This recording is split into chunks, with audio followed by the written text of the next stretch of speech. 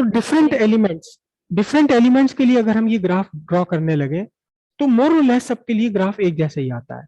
तो अब हम गुड कंडक्टर, नॉन कंडक्टर और सेमी कंडक्टर्स के लिए ड्रॉ करेंगे, केवल वो पार्ट ड्रॉ करेंगे जबकि ये मटेरियल्स, ये एलिमेंट्स अपनी सॉलिड क्रिस्टल स्ट्रक्चर में आ गए। यानी यहां से ये सारी कहानी हम ड्रॉ नहीं करेंगे, ये कहानी ड्रॉ नहीं करेंगे सारी की सारी। हम ये देखेंगे फाइनली जब वो स्टेबल क्रिस्टल स्ट्रक्चर बना लिया तब क्या कंडीशंस बनती है वैलेंसी बैंड, कंडक्शन बैंड की और एनर्जी गैप वगैरह की डिफरेंट एलिमेंट्स में, डिफरेंट टाइप ऑफ मटेरियल्स में। तो हमने यह डिफरेंशिएट किया इस ग्राफ के बेस पर, मटेरियल्स को तीन मेजर कैटेगरी में डिफरेंशिएट किया, तीन मेजर कैटेगरीज में डिफरेंशिएट किया सारे के सारे एलिमेंट्स को। उनमें सबसे पहले है कंडक्टर्स, और आप सब अच्छी तरह जानते हैं कंडक्टर्स कौन से हैं, मेटल्स सारे के सारे गुड कंडक्टर होते हैं, बढ़िया कंडक्टर होते हैं। और आपने सबको याद भी होगा, मोटी सी बात है पीरियोडिक टेबल की, मेटल्स का जो एटॉमिक साइज है, काफी बड़ा साइज होता है। आपके पीरियोडिक टेबल में ये सारे के सारे कहाँ है, राइट हैंड साइड पर है, सॉरी लेफ्ट हैंड साइड पर है, बड़े बड़े एटम्स हैं सारे के सारे। तो जब आप एक एटम के लिए, एक मेटल्स के लिए आपने ये सारा प्रोसेस अपनाया, जब मेटल्स के एटम्स थे एक दूसरे से नॉन इंटरेक्टिंग डिस्टेंस पर, ये वो ऐसा वैसा सब कुछ होते होते पता ये लगा कि क्योंकि लार्ज साइज है मेटल का साइज बहुत लार्ज है, तो अभी उनके इस आउटर मोस्ट शेल में स्प्लिटिंग हो भी नहीं पाया था कि वो सॉलिड स्टेट में हो गए। आप समझिए ध्यान से कि सिलिकॉन तब सॉलिड हो पाया जब सिलिकॉन के एटम्स के बीच में स्पेस काफी कम रह गया। लेकिन अगर आप किसी मेटल की बात करें, सोडियम की बात करें, तो पता चलेगा कि सोडियम तो यहां इस कंडीशन में आकर के सॉलिडिफाई हो गया, सॉलिड स्ट्रक्चर बन गया। अब उसे और पास आप ला नहीं सकते क्योंकि चार्ज मेटल का इतना ज्यादा है। तो अब यहाँ देखना जरा ध्यान से, अगर इस कंडीशन में अगर कहीं कोई सॉलिड बन जाए तो फिर हम क्या कहेंगे, ना तो वो कंडक्शन बैंड है ना वैलेंसी बैंड है, तो सब मिले जुले। वो तो कंडक्शन बैंड और वैलेंसी बैंड अभी बन ही नहीं पाए, स्प्लिट ही नहीं हो पाए थे, तो अब मिले जुले। तो हम इसे क्या कहेंगे, मेटल्स के लिए जो जिनका एटॉमिक साइज लार्ज है, मेटल्स के लिए, तो मेटल्स के लिए क्या कहा जाएगा, मेटल्स का एक्चुअली दो तरह के मेटल है। फर्स्ट ग्रुप के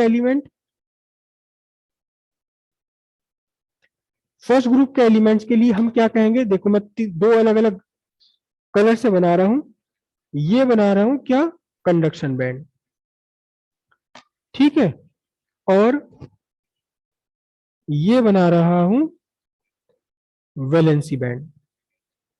पता ये चला कि कंडक्शन बैंड और वैलेंसी बैंड एक दूसरे को ओवरलैप कर रहे हैं, मतलब अभी ये स्प्लिट हो ही नहीं पाए कि यार वो सॉलिड से आपका जो मेटल था वो सॉलिड स्टेट में कन्वर्ट हो गया। तो यहाँ क्या है, यहाँ सिंपल सी बात है, हम बोलेंगे ओवरलैपिंग है, overlapping of conduction band and valency band. तो सीधी सी बात है कि जो इलेक्ट्रॉन वैलेंसी बैंड में है वो ऑलरेडी, वो अपने आप ही कहाँ है, कंडक्शन बैंड में।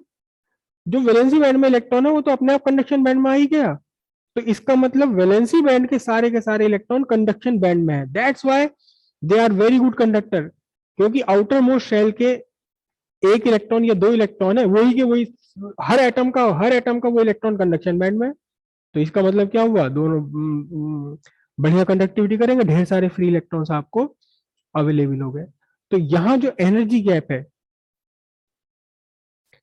यहाँ एनर्जी गैप बिल्कुल जीरो है, हो ही नहीं पाया, एनर्जी का डिफरेंशिएशन हो नहीं पाया। लेकिन अगर इसके बाद अगले ग्रुप में चले जाए आप, सेकंड ग्रुप के एलिमेंट जो एल्कलाइन अर्थ है आपके,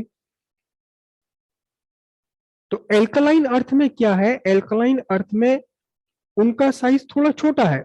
आप सब अच्छी तरह जानते हैं कि एल्कली मेटल्स सबसे बड़े हैं और एल्कलाइन अर्थ बहुत थोड़ा सा उनसे छोटे हो जाते हैं। तो यहाँ क्या बना, यहाँ कंडीशन ये बनी कि आपका जो वैलेंसी बैंड है और कंडक्शन बैंड है, ये स्प्लिट तो हो गए, स्प्लिट तो हो गए, लेकिन इनके बीच का जो एनर्जी गैप है, इनके बीच का जो फॉरवर्डिंग गैप है और एनर्जी गैप है, वो बहुत ही कम, बहुत ही कम, बहुत ही कम है।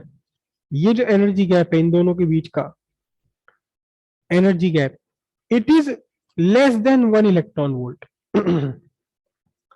और ये इतना छोटा एनर्जी गैप है, ये इतना छोटा एनर्जी गैप है, बल्कि लेस देन 1 इलेक्ट्रॉन वोल्ट भी नहीं, बल्कि इससे भी कम है ये, शायद less than 0.1, less than 0.1 electron volt. और ये इतना कम है, इतना कम है ये, कि जो बहुत सारे इलेक्ट्रॉन इस वैलेंसी बैंड को छोड़ करके कंडक्शन बैंड में पहुंच जाते हैं।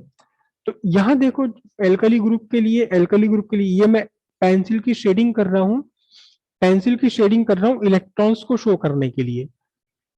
ये इलेक्ट्रॉन्स है कंडक्शन बैंड में भरे हुए। तो जो इलेक्ट्रॉन कंडक्शन बैंड में है भरे हुए, वो सॉरी वैलेंसी बैंड में, वो सारे इलेक्ट्रॉन अपने आप ही ऑटोमेटिकली कहाँ आ रहे हैं, वो अपने आप ही ऑटोमेटिकली कंडक्शन बैंड में आ रहे हैं। अरे ये तो दिखाई भी नहीं दे रहा इसमें, तो पेंसिल का दिखाई भी नहीं दे रहा। जो इलेक्ट्रॉन कंडक्शन बैंड में है वो अपने आप ही कहाँ आ गए, वो अपने आप ही वैलेंसी बैंड में आ गए। ये लेकिन यहाँ क्या है कि वैलेंसी बैंड और कंडक्शन बैंड अलग अलग है, लेकिन होता क्या है कि इनके बीच का एनर्जी गैप इतना कम है कि वैलेंसी बैंड के बहुत सारे इलेक्ट्रॉन्स चले जाते हैं कहाँ, कंडक्शन बैंड में। ये देखिए मैंने वैलेंसी बैंड में कम कर दिए, ये वैलेंसी बैंड में इलेक्ट्रॉन्स है, और यहाँ के जितने भी इलेक्ट्रॉन्स थे ये सब कहाँ चले गए, ये कंडक्शन बैंड में चले गए। तो यहाँ भी ढेर सारे फ्री इलेक्ट्रॉन्स आपको अवेलेबल हो गए। हालांकि इतने बढ़िया कंडक्टर तो नहीं है, लेकिन ये भी गुड कंडक्टर है। तो यहां हम क्या कहेंगे, ये कहा जाएगा partially empty valency band. Valency band partially empty है एंड पार्शली फिल्ड है। पार्शली फिल्ड कौन सा है, कंडक्शन बैंड है, पार्शली फिल्ड कंडक्शन बैंड है। और ये हम रूम टेम्परेचर पर बना रहे हैं, रूम टेम्परेचर पर बना रहे हैं, या रूम टेम्परेचर से कम पर भी इनमें यही कंडीशन बनी रहती है। तो क्योंकि कंडक्शन बैंड में ढेर सारे इलेक्ट्रॉन्स अवेलेबल है, जो इलेक्ट्रॉन कंडक्शन बैंड में है वो इलेक्ट्रिकल कंडक्टिविटी कंट्रीब्यूट करता है। जो कंडक्शन बैंड में है वही इलेक्ट्रिकल कंडक्टिविटी करता है कंट्रीब्यूट। यहाँ भी कंडक्शन बैंड में ढेर सारे इलेक्ट्रॉन्स, यहाँ भी कंडक्शन बैंड में ढेर सारे इलेक्ट्रॉन्स। तो कुल मिलाकर के क्या हुआ, कुल मिलाकर के ये दोनों ही आपके क्या बन गए, ये दोनों ही आपके गुड कंडक्टर्स बन गए। ये दोनों आपके गुड कंडक्टर्स बन गए, चाहे वो फर्स्ट ग्रुप के एलिमेंट हो। फर्स्ट ग्रुप के एलिमेंट्स क्यों बने good conductor, because there is a overlapping of valency band and conduction band.